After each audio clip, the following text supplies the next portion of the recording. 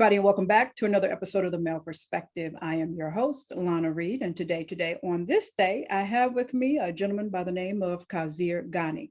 He is a plant-based chef, certified herbalist, teacher, and since food is his thing, and food happens to be one of my favorite things, I'm so looking forward to sharing space with him today. But first and foremost, as I always do, I take a quick moment to pause, say thank you to you for making time for me today. Time is a gift. Once we give it, we can't get it back. So I appreciate you, sir, making time to sit down and chat with me. And with that, welcome to the show. Thank you. And thank you for having me. It was a great introduction. Happy to be here. Happy to have a conversation. Love the idea of the male perspective. So let's go. Awesome. So as I mentioned, you are a plant-based chef, and I myself have been a vegetarian for over 20 years now. Okay. So you and I kind of share the same space, but I kind of like to, at times get the perspective from the other side. So in preparation for today's show, I pulled up this article, 12 Good Reasons to Eat Meat and Poultry, right? Okay. And I want to kind of run down real quick the 12 reasons and just have you pick one or two and unpack why it's not necessarily true, okay? Now, to be fair, this article is from the North American Meat Institute, so it's biased. it's biased. Yeah, it definitely is. But it's okay. That's but right. You know, it has good talking points. So I'm going to run them down real quick, and just pick one or two and tell us why that's not necessarily true. But here's the 12 good reasons why meat and poultry should be a part of your balanced diet. They say protein. They say it's a natural and complete source of protein. Iron-rich, bioavailable nutrition, and they clarify that by saying nutrients in meat, including iron and zinc, are typically more easily absorbed and used in the body. Muscle strength and maintenance, bone strength, brain function, heart health, blood sugar control, zinc immunity, selenium-rich, weight management. They say high protein diets promote long-term weight loss. And then finally, tastes good. So just one or two and say meat eaters, nice try, but no cigar. So me and probably yourself and most people who are plant-based, whether it be vegetarian or vegan, always get the question, well, where do you get your protein from? That's a huge piece, because I think the majority of us in this country were raised with the idea that you need huge amounts of protein, and it can only come from cows and chickens and all these other animals, when the truth is, our body does need indeed protein, but there are, wonderful sources of protein, plant-based protein.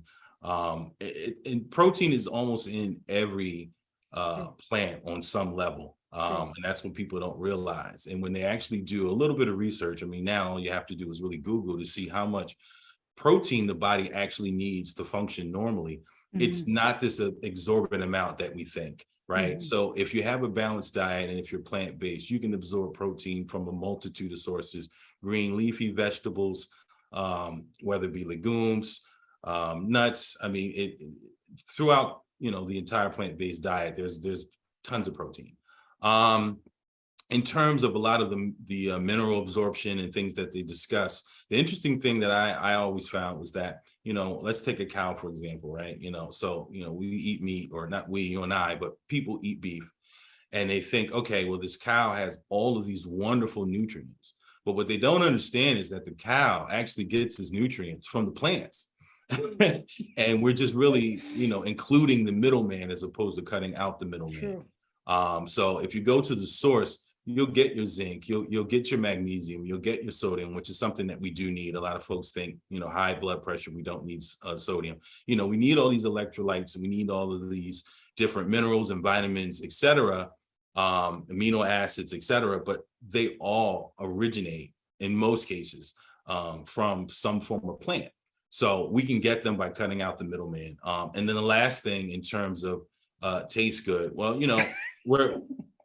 I'm one of those plant-based people who, I'm not extremely judgmental in terms of, what people enjoy to eat. A lot of people who may know me professionally outside of this particular business I have may not even know that I'm plant-based. So it's not something I'm running around waving a flag. I'm not extremely aggressive about it. Your choice. on what you eat in your diet and how you handle yourself is exclusively yours. Yes. And if we exchange information, then you may learn. But taste is something that I think is partly innate and also something that's learned, right? And a lot of people, because they deal with the true definition of ignorance, they simply don't know. They believe in some cases, which it's kind of amazing in 2022, that some people really believe that plant-based people literally sit around and eat rice cakes. I haven't had a rice cake, I don't know, 20 years, like, you know, and nothing wrong with that, but that's not, you know, that's the low end of the spectrum in terms of food and quality and taste and deliciousness. So, I mean, I could touch on all those points, but I won't. But I think the main thing is, you know, again, the things that we've been taught that the body needs, we can obtain, you know, through a plant-based diet. It's not necessarily exclusive in the animals. And taste, I mean, you know, come on, the taste of food is primarily based, especially in our community, the Black, original people, African-American community, on spice. You know, it really comes from the flavor that you actually give it. So those are all plants. You know, hello. Those are all plants or something that grows from the ground, dried, grinded, etc. So, you know, I don't judge people again, but, you know, it's a misnomer. A lot of these ideas, and it's sometimes out of ignorance. But at the same time, I would extend to your audience who are plant-based to not be so aggressive. People grow in their own time.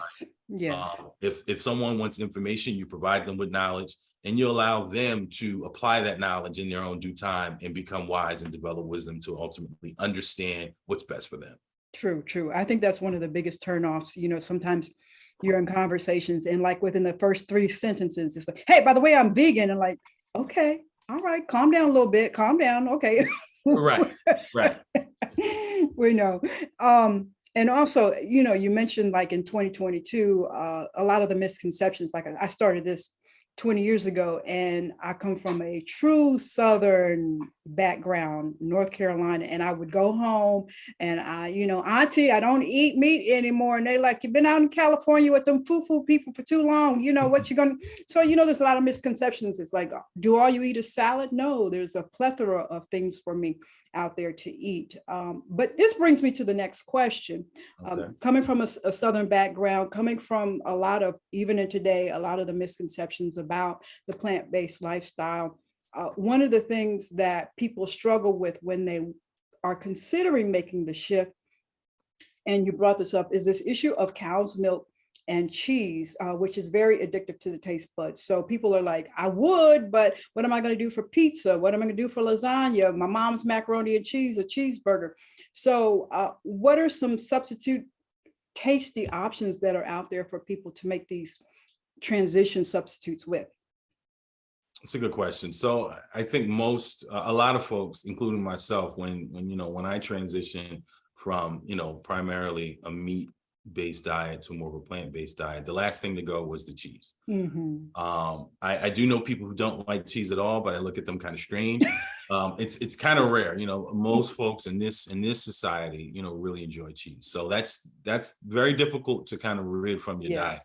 I will say off the back, there are cheese alternatives that exist commercially in the markets, just about every market now. They used to be in more specialty markets and some of the higher end markets, but they're in almost every market, and you can give those a try.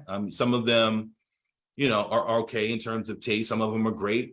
I'm not a huge advocate of some of those products because at the end of the day, when we talk about plant-based, it's not just about, for me at least, it's not just about getting rid of meat per se, right? Because you can not eat meat and be completely unhealthy. Yes. If you drink salt water and eat potatoes, you're plant-based. Yes. But you're not necessarily going to be healthy, right? If that's all you do. So in terms of alternatives for different cheeses, if you're looking to experiment and do some things at home, it really depends on what you're making. Like, for example, you can create a Parmesan cheese. A lot of people like pasta. A lot of people like, spaghetti. You can create a Parmesan cheese, using things like, macadamia nuts, grated macadamia nuts, whether they be salted or unsalted. You can use that with a little garlic and just, get creative and just kind of experiment. You can definitely do that. There's a slew of different things, especially that you can Google and really learn about. But I would say definitely try some of the nut-based cheeses. Okay. And kind of start there. If you don't want to experiment in the kitchen, you're not much of a cook, perhaps you could try some of the existing commercial cheeses out there and just be mindful, read the ingredients. Anytime it's a paragraph of ingredients, it's something to be a little leery about, especially if you don't understand the terminology or the actual products that are in it. You want a short list, and then you always want to watch sodium, especially with processed plant-based products. Unfortunately, I think that's kind of like the downside of some of the processed plant-based options is a lot of them are very high in sodium. So you just need to be mindful and just kind of use discretion and experiment. Gotcha. Yeah. With it becoming more like the trend or the thing to do today, a lot of these prepackaged plant-based products are coming out, and I turn them over when I'm in the store. I'm like, I mean, I know it's plant-based, but it doesn't really seem that healthy. So, with evolution hasn't brought on the greatest things sometimes, but. Yeah, and then we have to keep in mind that a lot of these major companies that are producing some of these products, I mean, we're in a capitalist society, right? So a lot of these plant-based products are made by companies that weren't making plant-based products. They're trying to compete. They know that there are more plant-based people out here. So you may get the Tysons, and I'm just kind of throwing out names. I'm not necessarily pointing them out, or the Purdue's or some of these other meat packaging organizations that say, hey, you know what? 10% of our customer base, has declined. And from surveys, it appears that they're looking for something plant-based. Okay, let's create a dairy-free cheese. And sometimes I do think that the object of their particular game is profit and taking advantage of some of the market share, as opposed to being concerned about you and I and our health. So you have to kind of take it into your own hands and not leave it to industries and companies and markets to kind of dictate to you what is healthy and what isn't. Education is really key, and learning the back of that label is a huge ordeal. I remember years ago, and I won't be long-winded, but I remember years ago I did a presentation on just health and wellness, and one of the segments of the presentation was understanding the back of those packaging labels. They're very, very deceptive if you don't know how to read them. You may turn it over and say, hey, this only has 150 calories. But what you don't understand is it's per serving. And a serving may be a tablespoon, knowing that you use a half a cup. So you have to be mindful. You have to be just aware and never take things on face value, and just do the research for yourself, understand where you are, and then kind of compare that to where you want to go, and then kind of fill in the blanks. That's funny, because a lot of stuff you're mentioning was so me when I started my journey. It's like, okay, I'm going to be a vegetarian. No clue. I don't think Google was really present out there when I started. So I was one of those unhealthy vegetarians, like, oh, Oreos, like, oh, I can have Oreos, but then not understanding that a serving is just 2 Oreos, but no, oh no, I can eat the whole row. And I was eating a lot of prepackaged frozen stuff or whatever. But, I think a lot of times you just don't know how to make the transition. And so my next question is, for somebody like me in my starting journey, what do you keep in your kitchen so it's easier to transition? Or what are some easy, because it can be overwhelming, how to cook a quick, easy meal, plant-based meal? Because some people just say, I'm not going to do it because it just seems too hard, to do. Yeah, I think that's, again, the byproduct of society and some of the negative perceptions and opinions that are put out there. The first thing that I usually tell someone who asks a similar question is, make what you normally make without meat. Okay. And that's up to you to fill in that blank. Again, people are transitioning, so I wouldn't be extremely rigid with them. So, okay, if you like burgers, try an alternative burger. Start there. In time, if it's for you, you'll begin to educate yourself on, okay, whether or not this is still healthy. But if you're just interested in transitioning out of meat, eat what you typically eat, but just use something plant-based. And it's interesting because the basis of most of the foods that people eat are indeed plant-based. I mean, some people say, oh, what is that, vegan? Oh, I don't like that. And I say, have you ever heard of water? Apples, noodles, all these things are made from plants. They're not made from animals. But just start there. Start with just transitioning, make what you love, but just alternate the meat with something else. Okay. If you're really gung-ho, if you're really focused and very, passionate about it, try to just extract the meat piece altogether. Again, using the spaghetti example, it's just very simple. A lot of people make it, it's quick, it's easy. Yes. If you're really interested in really transitioning out of meat and you have the gumption to do it, just make it with sauce. Put some broccoli in it instead of tons and tons of ground beef, and start there. Yeah. I mean, and I think for me, once you see how these animals are farmed, and I didn't become vegetarian because I'm an animal advocate, just to watch the conditions that they're kept in. I think watching a pig slaughter and that whole process, that was enough for me. Like, I don't think I want to put this in my body, and I think if you really watch the whole design of the meat industry, it'll shift your perspective, and like, I need to make some changes there. So I don't know, just me. Right. And again, it's the approach is, again, it's not, meat eaters versus non-meat eaters.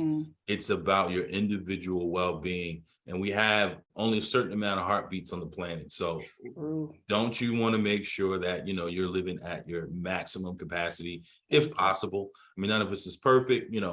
There are things that we all do that may not be exactly 100% conducive to being as healthy as we possibly can be. But there are things that we decide to take control of. And it's a holistic approach. It's not just, the meat. It's also even looking at, some of the vegetation. Again, we're in a very money-driven society. So a lot of things that are done that we kind of look at as really nefarious but it's really supported by the idea of how much money I can make. Preservatives are essentially really pushed in modern society based on how much money can I make. I want my product to last as long as possible so that I can sell it. Yeah. That's also true in the plant-based world. There are a lot of, as we know, pesticides and chemicals and very, murky processes and practices to even grow some of our vegetables. I was talking to someone just the other day, and we were kind of laughing, like, fruit lasts way too long. Yes. It will sit on your table or in your kitchen for weeks. Yes. Maybe even more than that, in some instances. And it makes you wonder, well, what did they do to this apple for it to last this long? When we know that things are biodegradable, there's a timeline, there's a shelf life, and a lot of products are exceeding that shelf life. So, it's not just the meat, it's just in general, what we take into our body should really be examined. And you have to find your own level in terms of how far you'll go and how much research you'll do and how much change that you'll make. But to your final point of, as far as the process of raising the animals, it should raise an eyebrow. It's a very strange practice. It's inhumane, if you will, even though they're not human. And it makes you kind of question things like, if they're doing this, what else are they doing that they didn't report? True. And how is that impacting me and my body? So all these things that they do to the animals are getting passed on to you. Yes, indeed. And we, like you said, we only have a certain amount of days, a certain amount of heartbeats. Right. It's always been my personal concern. Like, if this journey lasts out for me 90 years, I want to be in the best condition as possible, well into that 90 years. And I know what I put into my body has a strong impact on that. So sure, it's always been a concern to me. Now I want to shift because I'm really taking up more time than I expected to. Sorry. But I want to shift to you are a certified herbalist, right? And you did mention a couple of things that I want to touch on, how we're a capitalist society and everything. And one of the things that most responsible herbalists will say is make sure you check with your medical provider or your doctor before taking this. That's a responsible thing. But the problem is when we go to the doctor, when the good patient goes to the doctor and says, hey, I have this herbal formula I'm interested in taking. Most doctors are not trained in the herbs. So how does the good patient find some sort of common space with the good herbs and what my doctor, because the doctor is going to try to push the pharmaceuticals back on the patient. So Yeah. what do we do? Well, I think, I mean, it's really important to, again, kind of take control of your destiny, right? I mean, doctors are trained and just, again, it's not right hand versus left hand, at least not with me. I think that modern medicine has made obviously tremendous strides. They do great things under certain circumstances, especially when we think of things like trauma. There is no herb that I'm aware of that will heal a gun wound, for example. Yes. So being able to treat trauma is really, I think, one of the fortes of modern medicine.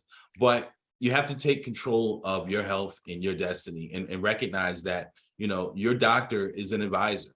He's not the authority in your life. He may be the authority in modern medicine, but it's up to you in terms of what you're going to do and what you're not going to do. And I think a lot of people go into doctors' offices or their primary care physician, and they take the position that I have to listen to each and everything that they say. I'm not saying the opposite, that you ignore them, but you weigh the information. You're an intelligent being. Take control, do some research, ask questions. And when you don't know something, try to find out the answer. So when it comes to, if you decide you want to take more of a holistic approach to your health, the first thing that I would suggest is make sure that you do find a physician that's a little, at the very least, sympathetic to that.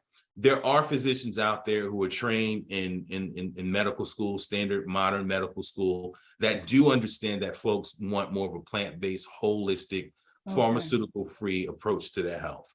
I've known a few, I've met many, so they are out there. So the first step would be try to find a physician that matches your perspective and your philosophy, or at least respects it, because you're going to really run into a huge challenge if you have a physician that has no knowledge or any respect for, the medicinal impact and effect of herbs. So I would start there, and then, research yourself. Bring it to your physician and have that conversation. Don't take their response on face value.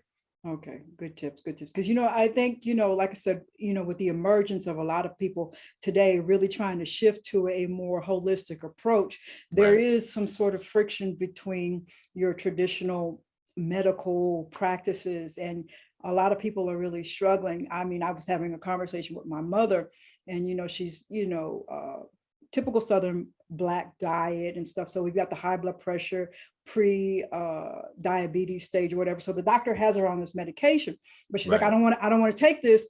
She wants to take this, but this interacts with this. But she can't have these conversations with her doctor because the doctor is like, no, you need to take this. So, there's some struggle and some back and forth. And, we're trying to find some sort of common space, for her to exist. So. Right. One of the things that I do really quick to try to help that conversation along. So as you mentioned, I'm a certified herbalist. I offer, prepackaged herb formulas for people who don't want to go to the more in-depth herbal consultations that I do provide. But what I do, even with the individual formulated herbal products that I provide something called, what I call an herbal insert, right? And it's very similar to the insert that you would get with medications. So it actually provides the list of all the ingredients within that formula, and it gives some general warning or precaution, or at least information. So if you're taking a hypertension medication, be aware, talk to your physician. This may interact with, certain medications, et cetera. So I try to bridge that gap to give them some education so they can kind of determine for themselves as well. Good. Now, you mentioned your formulas. I want to go through a couple of them if I can. Okay. You have the 7K1 inflammatory formula. Yeah. It's a little play on words. So it's END, inflammation for inflammation. And again, none of these things, of course, are approved by the FDA. But as I mentioned on the product, and as I'm mentioning here, historically, the product contains herbs that have historically been used to address certain issues, concerns, ailments, et cetera. So inflammatory is a group of herbs and roots and spices that have historically been used to treat inflammation in the body on some level. So that's the primary use of it. And there's some supplement or subsequent benefits as well, ranging from many chronic diseases, whether it be hypertension or, high blood pressure, et cetera. All of those, many of those chronic diseases are very much related. Okay. Blood pressure and they are, I mean, I just kind of went blank there. I never had heard that they were kind of related. Yeah, I mean, if you speak to, and you probably have this in your family like I do, and most of us do, people who tend to have hypertension tend to also have issues with diabetic or being pre-diabetic. These are all chronic diseases. So yeah, there's a correlation between the two. Okay, just had always historically known that was us and our disease, but I guess it never really kind of clicked that they were both kind of connected and related. Okay. Yeah. Okay. So you have the Breathe Easy Herbal formula. Now, is that for me and my seasonal allergies, or is that for the person who has the winter cold? So yeah, that was inspired by folks that have seasonal allergies. Oh, me. Yeah, or folks who have just issues with, breathing in general. That's hence the name Breathe Easy. Okay. And it contains some very subtle herbs that historically have been known to help with respiratory as well as nasal congestion and kind of alleviating that. Awesome. Now, the last one I want to talk about or ask about is the glue control formula. So is that in conjunction with the high blood pressure and the diabetes? More so diabetes, Okay. hence glucose, kind of a play on words again there. So that formula was created and inspired by, folks who may have a higher glucose level within their blood. It contains herbs that historically have been known to do things as curb sugar desire. There's an ingredient there called Australian cow plant that's known to do that, and also reduce some of the glucose levels in the blood. Okay. Curb sugar. So that's always been my weakness. So let me ask this, because we know, well, some of us know we should try to stay away from white sugar, white rice, and white flour. Yeah. So what sugar is your preference? I'm curious. Let me get on. I don't use much sugar, but when I do use sweetener, and again, I always say that I'm plant-based. I'm not exactly vegan because I use honey. Okay. And I know there's some folks that would go crazy if you use honey and call yourself vegan. So I do use honey, but there's stevia, and there's some others that escape me right now that I'm sure you're pretty familiar with as well. Okay. But yeah, I don't use it very often, but when I do, I try to use something more of a natural, unprocessed form. Okay. I will say, with that being said, once it hits the body, sugar is sugar. So, and some of these alternative natural sweeteners are, many times more sweeter than white sugar. So we do need to be mindful of that. Honey, a tablespoon of honey and a tablespoon of sugar, don't really compare.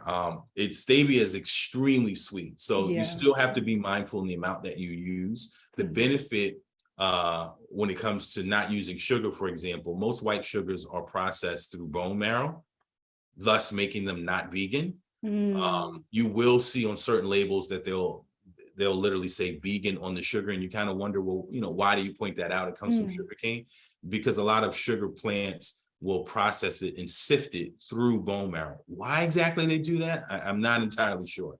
So you just want to be kind of cautious and aware of those things. Yeah, sugar, that's my weakness. The sugar and the cheese, that was a real issue for me. Yeah.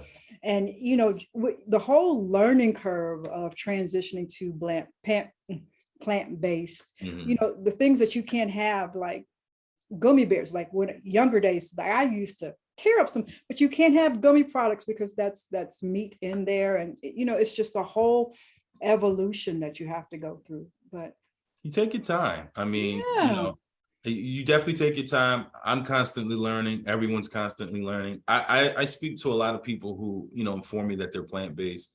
I've had lunch with people who are plant-based, And, I may observe them eat something that I know isn't plant-based, but they think it is. Like, for example, most breads, many breads contain milk. Yes. And they also contain other products like L-cysteine, which is usually derived from horsehair.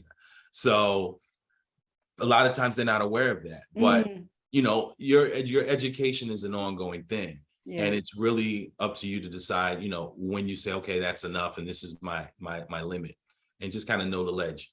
Okay, awesome.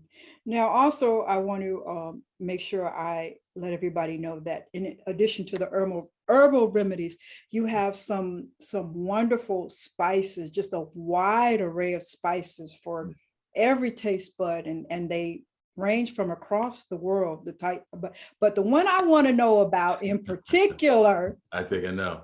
No, you don't know. You don't know. Okay. But because I know, but the one I want to know about in particular is what spice goes on this Philly cheesesteak that I see. Like I'm like, okay, I might need to make a trip out that way, and because that Philly cheesesteak seems to be on point. So what you using there? So cheesesteaks, everyone knows that they're associated with Philadelphia, and for those that don't know, I mean, cheesesteaks in Philly they're really about the ingredients, which are the bread, cheese, and the meat. It's not a heavily spiced, meal or item.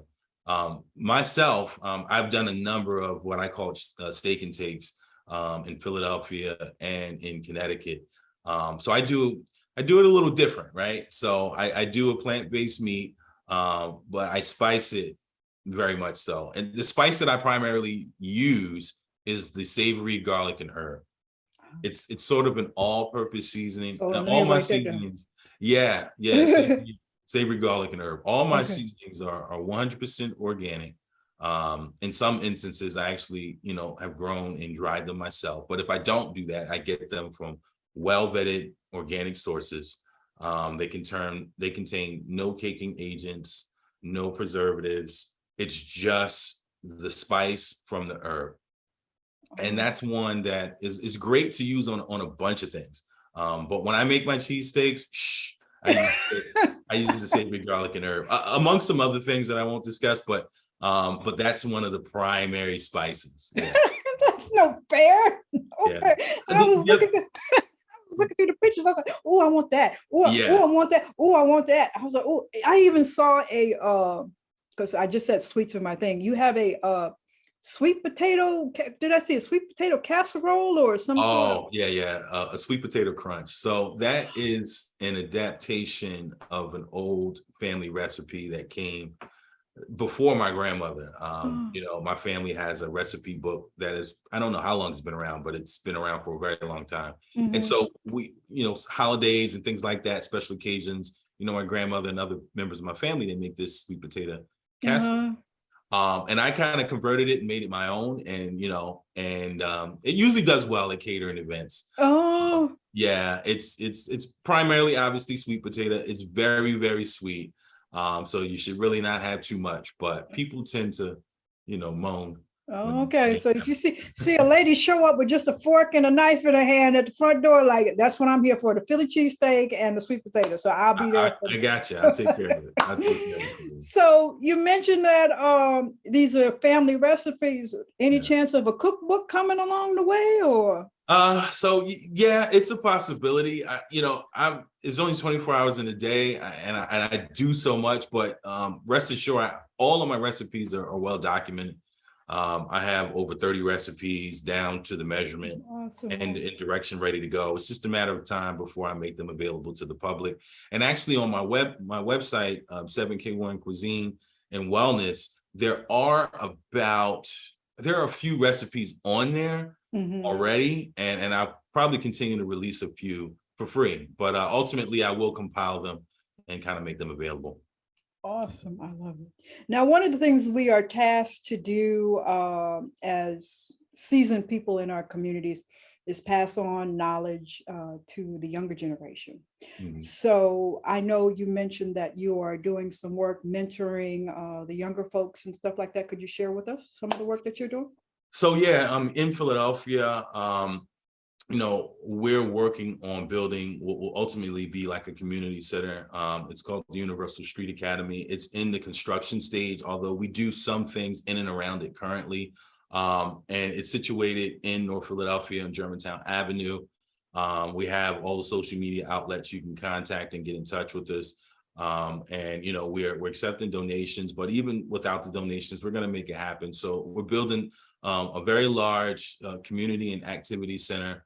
I want to say it's going to be about 30,000 square feet. It'll be huge. And we'll do things from GED programs, after school programs. A close brother of mine recently completed a summer youth empowerment camp just this summer, where every weekend he got the children together and did things from plant and gardening to go to several events, to face painting, to just the whole gamut. So we just want to make sure that in our pursuits and to be successful and to do well for ourselves, that we're making sure that we're empowering our young people and giving them options to better themselves and be great and recognize the divinity within themselves. So that's my passion. That's what I do outside of the commercial make money piece. Is ultimately what's the point of being successful if you can't pass it on to the people that matter, which are the young. It's True. Always about the youth and the young. And at my age, the youth could be 26, it could be 16, it could be 6. But as long as we're, getting the knowledge and the wisdom to younger people and making sure that they're growing up to be great men and women, that's critical. Beautiful, beautiful, beautiful. A lot of seasoned folks, they sit around and complain about the young folks, but why don't you roll up your sleeves and help do something about the young folks? So you got to put in the work. Yeah, you can't just be dissatisfied. Dissatisfaction is not a bad thing because it should encourage change. So it's okay to be dissatisfied, but allow it to encourage and spark change in you and be the change that you want to see. Awesome, awesome. Well, sir, I have taken up more than 30 minutes of your time. I apologize. No problem. I enjoyed the conversation, so it's fun. I really did. Awesome. Thank you. I'm going to ask you my random question, and then I'm going to ask you to tell us how we connect with you and show up at your front door for some free food and block the vegans who are sitting at your door with the pitchforks because you use honey. So, we're going to. Yeah, well, we can avoid the honey. So let's see what we got here. What was your favorite class in high school? Always mathematics. Always mathematics. Always mathematics. In high school, it was mathematics. I was a mathematics major in my undergrad. Awesome. So, mathematics is the language of the universe. So yeah. There you go. Yes, indeed. Yes, indeed. Well, sir, tell us how we pick up some spices, some herbal formulas, some food, come check you out and just give us the whole deal. Well, it's a one-stop shop. If they just simply go to my website, they can reach out to me for all of those things. So as you can see behind me, if you go on to any browser and just simply put in 7k1cuisineandwellness.com, you can email me, you can call me, you can order products, you can request catering services, or even an herbal consultation as well. All of those things are available to you. Just hit the website. I'm also on all the major social media outlets, particularly IG, Instagram, and Facebook under the same name. You can find me, and I'm pretty responsive. So reach out and let's build a relationship. Awesome. I love it. Well, sir, I truly appreciate the time that you gave me. More so, I appreciate that the work that you're doing in this world with getting people healthy, teaching people how to be healthy, especially the work that you're doing with the youth in this world. So from little old me, just appreciation, support, and love. And I just love everything that you're doing. So from me. I appreciate you giving me the platform to talk about it. And it's been a great conversation. So I appreciate you as well. Awesome. That is all for this week's episode of The Male Perspective. I'm your host, Lana Reid, and I'll see everybody next time.